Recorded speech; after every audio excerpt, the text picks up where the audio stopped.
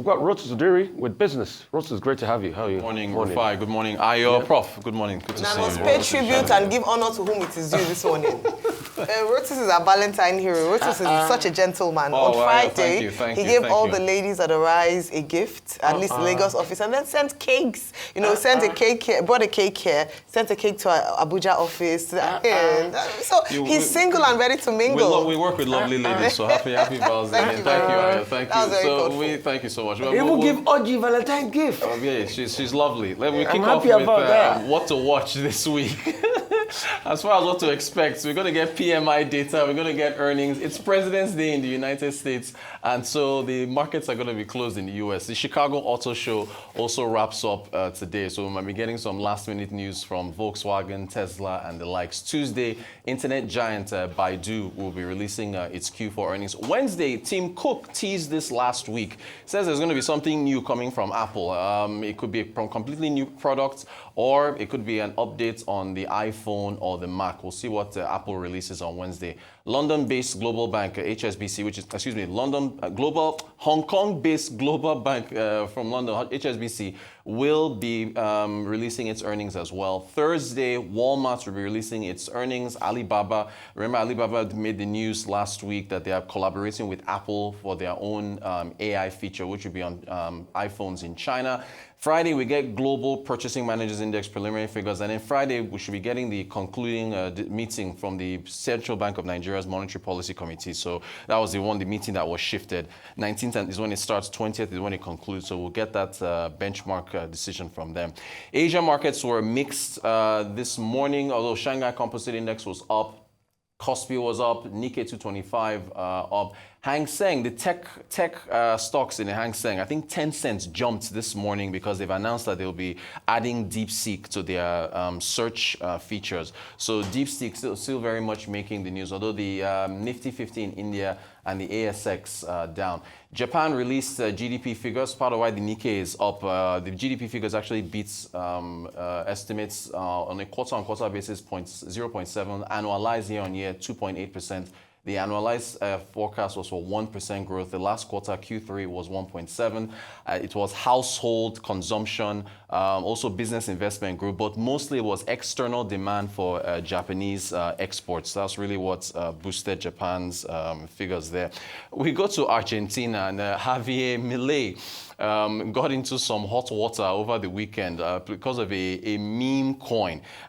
He promoted, meme coins are jokes. They are coins that are pushed by communities. It seems like he's been mirroring Trump. Trump pulled the U.S. out of WHO. Argentina pulled the U.S. out. Argentina pulled out of WHO. Trump pulled out of he said he's going to pull out of the Paris Accords. Argentina said they're going to pull out of the Paris Accords. Trump released a meme coin himself, and now take a look at the tweets. So he puts out this tweet, and he deleted it, but then it was later pulled out.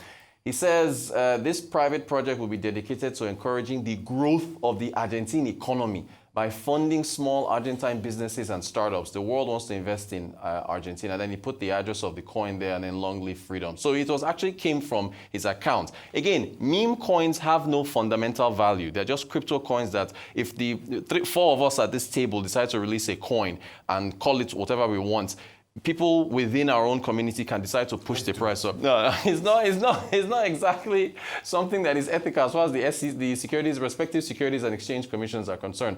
Now look at the value. This thing essentially turned into a pump and dump, because if you look at the top red arrow to the left, this is from Meteora that tracks meme coins.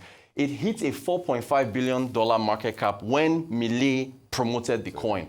Then we find out that there were some insiders who, in anticipation, knew that he was going to promote it. They cashed out to the tune of 87.4 million. And if you look further to the right of the arrow, that 4.4 billion market cap was essentially wiped out. The thing just crashed. So anyone who bought the meme coin later on essentially lost money. There's a crime there. Yeah. I mean, and trading. There's see, a crime. and there are now the opposition people. I mean, Milei came in, barn busters, cutting spending, and so his people, opposition party people have been looking for an excuse to come after him. They're now talking about impeachment and so on. Anyway, he released another tweet after he deleted it. Google Translate put it in English because it was in Spanish. He said a few hours ago, I posted a tweet as I have so many other times, supporting a supposed private investment with which I obviously have no connection whatsoever. I was not aware of the details of the project. And after having become aware of it, I decided not to continue spreading the word. That is why I deleted the tweet. And in the end, it says to the filthy rats of the political caste who want to take advantage of this situation to do, I want to say that every day they confirm how vile politicians are, and they increase our conviction to kick them in the backside. So anyway, that's what's been going on there with respect to him, and we'll see what happens with them threatening impeachment. But it should be pointed out, please, if you see there are lots of coins on Twitter because of the lack of ethical, Musk has fired a number of people from Twitter that are on the ethics board that are supposed to, content moderation board. You'll see a lot of fake meme coins on Twitter. So please be very careful, because if you buy into them, you are likely to lose money. There is no fundamental basis, fundamental value backing a meme coin. To Nigeria, I don't know how many of you saw this. Is very interesting. So apparently the NNPC is threatening an influencer with legal action as a result of a video that compared fuel. So this influencer put out a video saying that Dangote's fuel lasts longer than others. So he bought 2 generators, as you can see there, purchased fuel from Valor, yeah? Or what's his name? A brand new generator. Brand new generator, little ones, right? He purchased them, bought the fuel with his own money, and apparently the fuel that was from the Dangote refinery lasted about 30 minutes, and then he ended up purchasing fuel from the NNPCL, lasting about 17 minutes. So they now came out with a press release, right, responding to him, essentially. The first half of the press release was fine. NNPCL strongly refused to, says false and misleading regulations, making a viral video circulating online, which claims that the fuel does not last. It says the assertion is baseless and entirely unfounded. They also reaffirmed that fuel is carefully formulated. Furthermore, they said that a significant percentage of their fuel comes from the Dangote refinery, which is a strategic partner in promoting local content. This first half was fine. It was the second half of the letter of the thing that said, henceforth, they will take firm legal action against individuals or groups who intentionally spread falsehoods about the brand. And the thing is this, we talk about free market capitalism a lot and about competition, right? Let me give you an example. There's a guy called Ben Dean. He's an influencer that had a big viral video comparing Coke versus Pepsi. This is about 4 years ago, right? Listen to what Ben Dean said about Pepsi. Just listen to this. Pepsi blindfolded taste test. Coke should easily win. It's easily my favorite. I've never paid for a Pepsi with my own money unless I had to. I don't know anyone who prefers Pepsi over Coke. I've heard rumors that they exist, but I've never seen one. Coke is just all around better, more crisp, more flavorful, or just a better flavor. I think Pepsi has this weak kind of fake taste. It's just weak all around. You heard him. He said Pepsi's taste is fake, and he just disparaged Pepsi. No, imagine. And look, this has shades of Erisco, right? With the lady who just bought her Erisco product with her own money, ended up being arrested. The brands in this country, a lot of them are incredibly thin-skinned, and the influencers compare products in other countries in the West. Brands attack each other. I don't know. That's our update. That's our update for today. Rotus, because it's a highly rent-seeking economy. Right. That's why. Yeah. So brands think they have the monopoly of the market because it's a rent-seeking economy. There's a lot of ingenuity, product research, drive, and all of that. So it's always easy money. And how do they do it? They can get appropriate market share by scale. So once they do that, you don't actually fight for the market. And that's just it, pure and simple. What I thought... One quick point. Do you remember when the NNPRC came out and said Dangote's fuel was... Who took them to court? He didn't take them to court. Dangote called the press and said, look, my fuel is good. And he showed his fuel and said, my fuel is good. He didn't threaten anybody with legal action. NNPC is NNPC is a joke, like child's play. As far as I'm concerned, he has done his research. NNPC too should go and do your own tests. Just do your own tests. Do the same test. Let us see. And all this lawsuit is threatening people with lawsuit. But I do think something, though, Father. It is true that we should encourage competition. People should defend their brands with facts, and there should be a counter-narrative if there's a false narrative. But I also believe that, as a society, we should label liars. So, in this case, if somebody goes to get 2 generators and says one fuel is better than the other, we should be able to know, is he saying the truth or not? Because otherwise, one day he's going to tell us to start using urine to wash our face. So we need to, we need to draw a line.